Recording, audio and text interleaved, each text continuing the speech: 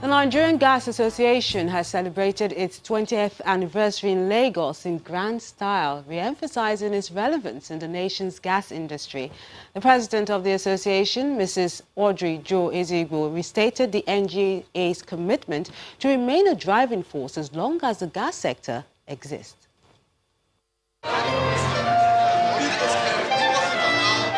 The evening creates an atmosphere of reviving communication and high-level networking over a glass of drink and finger foods.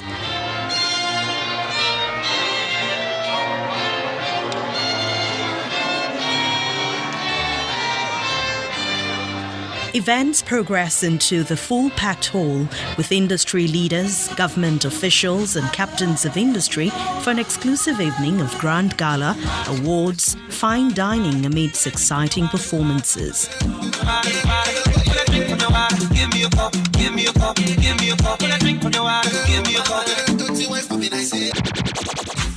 For 20 years, the Nigerian Gas Association has been the industry's voice for all gas-related matters, driving advocacy for natural gas as a viable energy alternative. It is time to look back and appreciate the journey so far. We have a very diverse membership made up of over 127 corporate organizations, corporates that span from the upstream, the midstream, and the downstream. Today, NGA has over 2,000 professional members. Today, NGA has a robust student body. The Lagos State Governor, Mr. Babajide Sanwo-Olu, is represented, assuring that the engagement with the gas sector in the state will continue. Lagos State has been open and will continue to be open for business. We will welcome the engagement with the sector. We'll welcome your suggestions. We'll welcome your ideas. We'll also welcome your participation and your partnership. Our first recipient this evening is AccuGas. Up next on the line of events is the giving out of awards to deserving industry players. Recipients take turns to receive.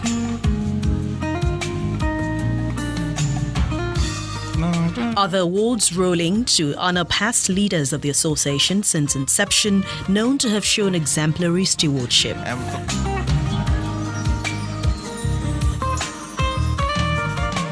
With over 124 corporate members and 2,125 individual members working with a vision to improve the nation's economy through the optimal maximization of its abounding natural gas reserves, the NGA hopes to remain relevant for many years to come.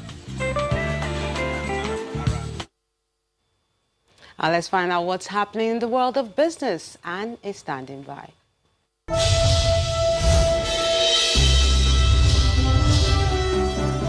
Thank you, Melinda, and welcome to Business News. Although Nigeria has moved up to rank 131 on the World Bank's Ease of Doing Business ranking, UK companies still worry about the sanctity of contracts, taxation, and multiple demands from different agencies. And that's according to the British Deputy High Commissioner to Nigeria in Lagos, Harriet Thompson, who was speaking on our Business Morning program today. So there's some positive signs. Nigeria has just moved up to 131 in the World Bank's Ease of Doing Business ranking. That's great. We've got some partnership working underway looking to develop a Jollof bond. So this is an offshore Naira-denominated bond that we hope will be listed on the London Stock Exchange. There are all of these things that are moving us in the right direction, but still our companies tell us that they worry about the possibility of bringing out their capital in future. They worry about the sanctity of contracts and the possibility of retroactive changes to those. They worry about taxation and multiple demands from different agencies. So although we do see a lot of positive developments, there's still room for improvement. So it was great to see President Buhari's commitment to moving Nigeria up further to become one of the top 70 countries in that World Bank ranking by 2023. And certainly we're increasing the support that we give to government to try to realise the changes that would help to achieve that. For example, a single window for import and export would be a really key thing, increased access to power, these sorts of things that would really make a difference. Upon completion, the Dangote Refinery will not have to worry about feedstock. And this is because the federal government has committed to making that possible. Those assurances were made by the Minister of State for Petroleum, Mr. Timi Silva, when he led other top management of the oil sector to the construction site of the refinery and petrochemical complex. President of the Dangote Group, Aliko Dangote, says the project is a demonstration of his commitment to Nigeria's development.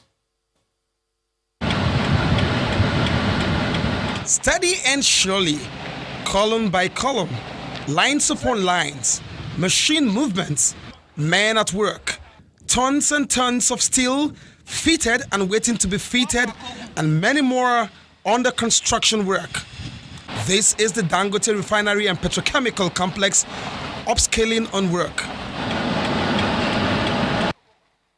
So on this occasion, top management of the Ministry of Petroleum, the NNPC, NAPIMS, Department of Petroleum Resources, and other executives are here to assess the project by running a professional eye led by the Minister for State Petroleum.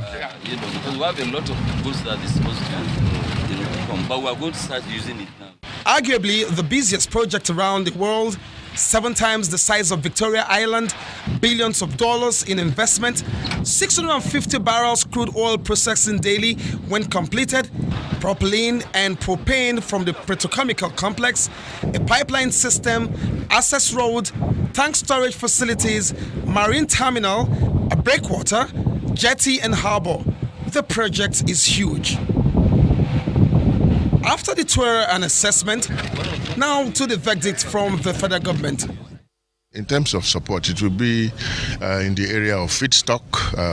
We have to discuss with him whether it's gas or crude oil feedstock and offtake. Government will guarantee some of these things. But all this will come out of discussions with the president of the group. Even more is the additional capacity that is on the way. Not actually, we need more. We are going to do more. We are trying to put in some splitter units, or what we call the condensate refinery, to complement all this total about 200,000 barrels additional capacity that we're going to add. And probably in another 5 years, the 650 from the Dangote, 450, 405 from NNPC, and additional 200, you are seeing us well above the 400 million barrels capacity processing. And to the man undertaking this massive investment, just why is he doing this? Number one, we believe in Nigeria. And number two, we know that if we don't do it ourselves, nobody will come down here and do it for us. You know, there's a growth in population, almost 3% annually. So apart from this, Nigeria is supposed to actually feed the entire West and Central Africa, and that's what we're trying to do. Dangote Oil Refinery is being developed by a wholly Nigerian-owned company, Dangote Group. Olu Phillips, Channels Television News. Let's talk about the shares of listed Tier 1 lender. It pushed the stock market to a positive start for the week and the month of November after investors resumed trading with moderate renewed interest on the banking sector. Let's get details from Layo Adigoke.